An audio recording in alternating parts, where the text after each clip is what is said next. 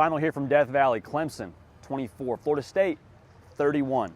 And now we have to have this conversation around the noise around Dabo Swinney and his way of doing things in Clemson and where are they in the ACC, and I think that's all a fair conversation to have, but I want to make sure before we get too much into like the headline culture, into Clemson's free falling from the ACC and Florida State's now the class of the ACC, like I don't think either of those statements are unwarranted. We got to remind ourselves now, Clemson had a chance to go ahead in that football game in the closing within 2 minutes. Like they had a chance to kick a field goal to go up and really put Florida State on the ropes and cause them to have an answer they needed to have on that drive. They didn't do that. And so now for Clemson, it's a lot of woulda, shoulda, coulda. Wish you could have finished, wish you could have done this, but now you got to sit and live with the results. But the reality is for Clemson now, you can't do the same thing and expect different results. I think that in itself has to be true. Make sure you're subscribed, make sure you're dialed in right here to the On3 YouTube channel, talking college football every single day. We appreciate y'all being locked in with us, so thank you in advance for that. Like I was saying, man, this game, going into it, was kind of a clash of philosophies.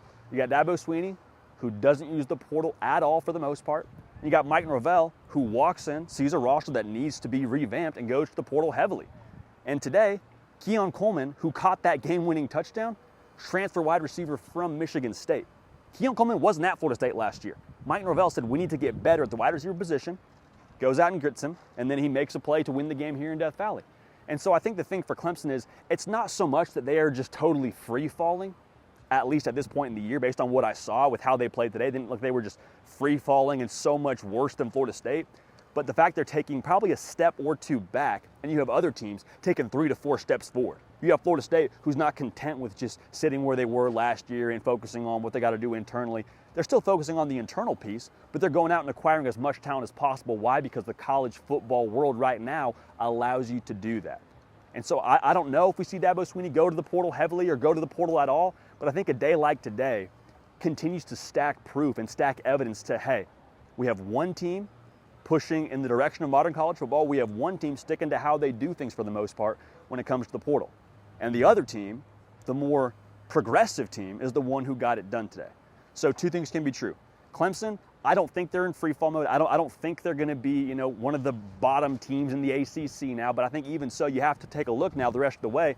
Are they a top 2 team in the ACC? Are they a top 5 team in the ACC? Like where do they stand now when it comes to the rest of the conference? I think it's fair to ask that question. Now, to the same token, I think you got to have a conversation like I was just saying, had a really good game plan today. There was no taking their eye off the ball, sleepwalking from Clemson. They weren't just overly outmatched today. They held Florida State to 22 yards rushing. That student section was going bonkers.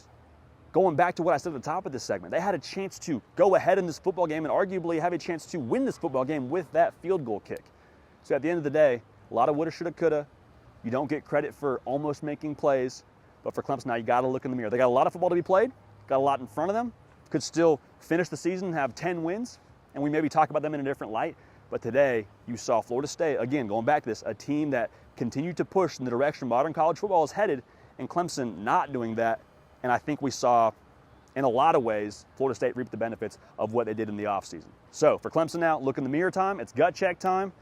College football playoff is off the table if history is our teacher. I'm excited to see how they respond. I do think Dabo Swinney will get this team fired up and have more of a sense of urgency the rest of the season. I don't think they're going to pack it in and just, oh, woe is me. I don't think we'll see that from Clemson, but even so now, we're living in a world now where Clemson was at the top of the college football landscape, and we've seen them take a couple steps back, but even more so, we've seen a lot of other teams charge and take 4 or 5 steps forward. So again, final here from Clemson in overtime. Florida State 31, Clemson 24. It's gut check time in Clemson, South Carolina. Can't wait to see how they respond.